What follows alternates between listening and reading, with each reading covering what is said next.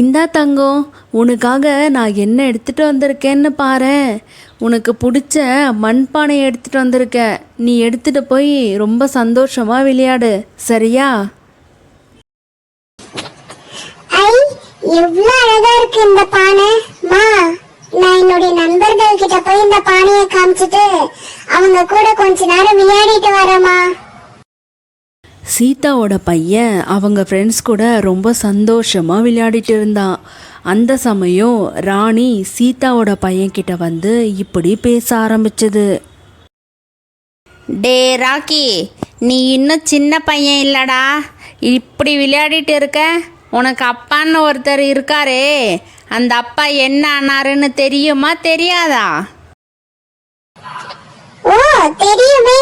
எங்க அப்பா வெளியூருக்கு வேலைக்கு போயிருக்காரு. சீக்கிரமா வந்துருவாருன்னு எங்க அம்மா சொல்லிருக்காங்க. கிழிச்சாங்க. ஏ ராக்கி, உங்க அம்மா உன்கிட்ட பொய் சொல்லியிருக்காடா. உங்க அப்பா வேலைக்கும் போல ஒன்றும் போல. உங்க அப்பா உங்க அம்மா கூட வாழ பிடிக்காம ஓடி போயிட்டாங்க. ராணியோட கெட்ட எண்ணத்தால் சீதாவோட குடும்பத்தை எப்படியாச்சும் கெடுக்கணும்னு ஏதேதோ பேசிட்டு இருந்துச்சு. இதெல்லாம் காதில் வாங்கிக்கிட்ட ராக்கி எதுவும் பேசாமல் வீட்டுக்கு பறந்து போயிடுச்சு. இப்பதான் தீ மூட்டி விட்டு இருக்கேன். இனிமே எப்படி கொழுந்து விட்டு எரியுதுன்னு பார்க்குறேன். அம்மா, இங்க பாருங்க. நான் விளையாடிட்டு இருக்கும் போது இந்த பானையில மண்ணு போட்டு விளையாடிட்டு இருந்தம்மா. அப்ப இந்த பானையில இருந்து மண்ணு எடுக்க எடுக்க குறையாம வந்துட்டே இருக்கு. என்ன ராக்கி சொல்கிற? நீ சொல்கிறது உண்மையா? இங்கே கூடு அந்த பானையை. சரி, நம்ம இந்த பழத்தை இந்த பானைக்குள்ளே வச்சு பார்க்கலாம் என்ன நடக்குதுன்னு. நீ சொல்கிறது சரிதான் ராக்கி. இது ஒரு மந்திர பானையாக தான் இருக்கும். இங்கே பாரு, நிறைய பழங்கள் இருக்குது. சரி ராக்கி, நீ இந்த பானையை ரொம்ப பத்திரமா பார்த்துக்க. நான் போய் புறா அண்ணாவை பார்த்துட்டு வரேன். சீதா புறா வீட்டை நோக்கி பறந்து போச்சு. வா சீதா, எப்படி இருக்க? நல்லா இருக்கியா? காட்டில் உணவு பஞ்சம் தலை விரிச்சு ஆடுது. என்னோட குழந்தைங்க 2 நாள் ஆச்சு சாப்பிட்டு. புறாண்ணா, முதல்ல இந்த பழத்தை உங்கள் பசங்களுக்கு கொடுங்க. அப்புறம் நான் எதுக்காக வந்தேன்னா, எனக்கு ஒரு மந்திர பானை கிடச்சிருக்கு. அதில் எந்த ஒரு பொருள் போட்டாலுமே அல்ல குறையாமல் வந்துக்கிட்டே இருக்குது. நம்ம காட்டில் உணவு பஞ்சம் அதிகமாக இருக்குல்லண்ணா, அதனால் இதை வச்சு நம்ம எல்லா பறவைகளுக்குமே நம்ம உதவி பண்ணலாம். அப்படியா? என்ன சீதா சொல்கிற? கேட்கும்போதே எனக்கு ரொம்ப சந்தோஷமாக இருக்குது. இந்த காட்டில் உணவு பஞ்சம் தீர்ந்துச்சுன்னா எனக்கு அதுவே போதும். இப்படி பேசிட்டு அந்த மந்திர பானையை வச்சு எல்லா பறவைகளுக்கும் உணவு கொடுத்தாங்க. உணவு பஞ்சம் இல்லாமலே போயிடுச்சு. இப்படியே காட்டில் இருக்க எல்லா பறவைகளும் ரொம்ப சந்தோஷமாக வாழ்ந்துட்டு வந்தாங்க. ரகு, சீதாவுக்கு அறிவு இருக்கா இல்லையான்னே தெரியல. மந்திர பானை கிடச்சிருக்கு, அதில் தங்கம் வைரம்னு போட்டு எடுக்காம உணவு போட்டு எடுத்து பஞ்சத்தை தீக்கிறன்னு சுற்றிட்டு இருக்கு. எனக்கு என்ன பண்ணுவீங்களோ ஏது பண்ணுவீங்களோ தெரியாது. எனக்கு அந்த மந்திர பானை கிடைச்சே ஆகணும். அது மட்டும் இல்லை, இன்னைக்கு ராத்திரிக்குள்ளே எனக்கு கிடைச்சாகணும். என்ன விளையாடிட்டு இருக்கியா? அந்த பானையை நான் எடுத்துகிட்டு வந்துட்டா அவ்வளோதான். காட்டில் இருக்கிற பறவைகள்லாம் என்னை அடிச்சே கொன்னுடுவாங்க. ரகு, நான் சொல்கிறத மட்டும் நீங்கள் கேளுங்க, மற்றதெல்லாம் நான் பார்த்துக்கிறேன். இல்லைன்னு சொன்னா விடவா போகிற? இன்னைக்கு நைட்டுக்குள்ளே அந்த பானையை எப்படியாவது எடுத்துகிட்டு வந்து உங்கள்கிட்ட கொடுத்துட்றேன், விடு. ராணி சொன்னதை கேட்டு ரகுவும் பானையை திருட சீதா வீட்டுக்கு போச்சு. பானையை எடுத்துட்டு வேக வேகமாக ராணி கிட்ட வந்தது. ராணி அந்த பானைக்குள்ள தங்கமும் வைரமும் அவசரமாக போட்டு நிறைய தங்கமும் வைரமும் திரும்ப எடுத்தது. ரகு, இங்கே பார்த்தீங்களா எவ்வளோ தங்கம்? இப்போதைக்கு இந்த தங்கம் போதும். பானையை பத்திரமா உள்ளே வைங்க. இன்னைக்கு நம்ம ஒரு நல்ல ஒரு ஹோட்டலில் போய் வயிறு நிறைய சாப்பிடலாம். சீக்கிரமாக வாங்க. ராணி இப்படி சொல்லிட்டு ரகுவை கூட்டிட்டு ஹோட்டலுக்கு கிளம்புனாங்க. ஒரு பக்கம் சீதா பானையை காணோன்னு ரொம்பவே கஷ்டப்பட்டுட்டு இருந்தது.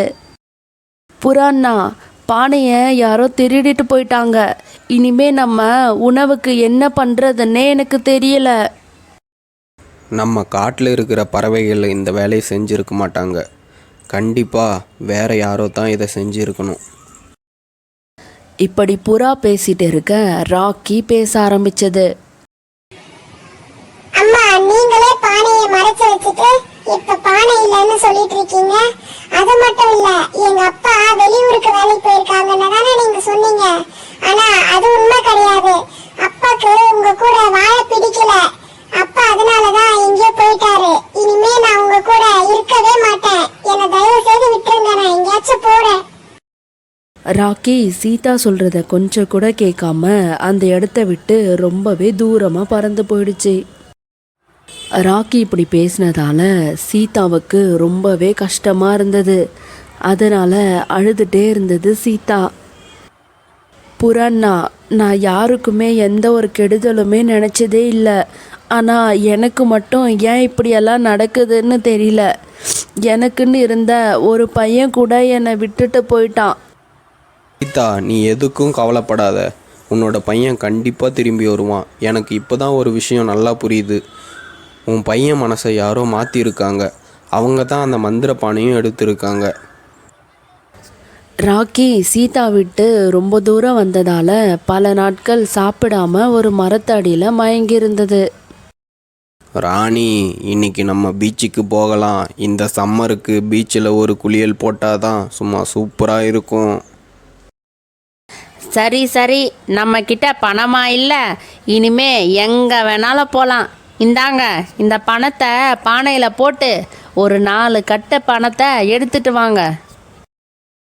ரகு ராணி சொன்ன மாதிரியே அந்த பானையில் பணத்தை போட்டு ஒரு 4 கட்டு பணத்தை எடுத்துடுச்சு.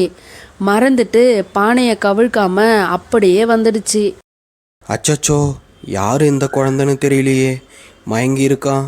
பார்க்கவே ரொம்ப பாவமாக இருக்கு.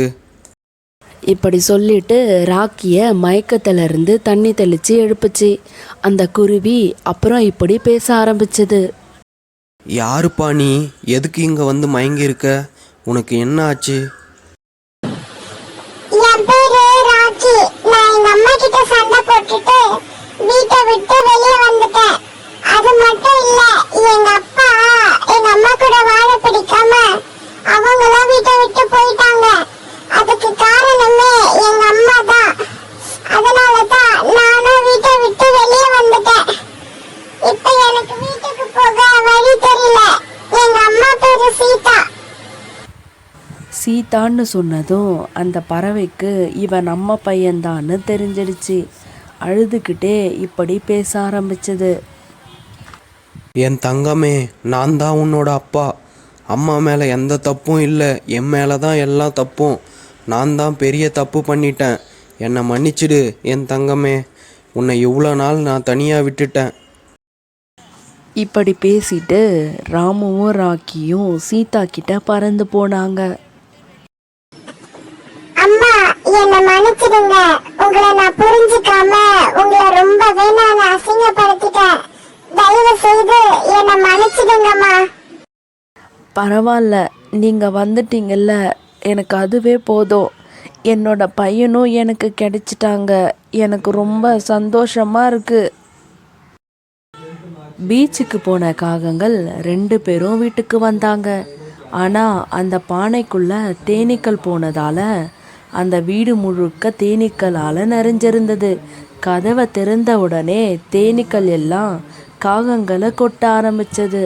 வலி தாங்க முடியாத காகங்கள் 2 பேரும் அங்கேயே இறந்து போயிட்டாங்க.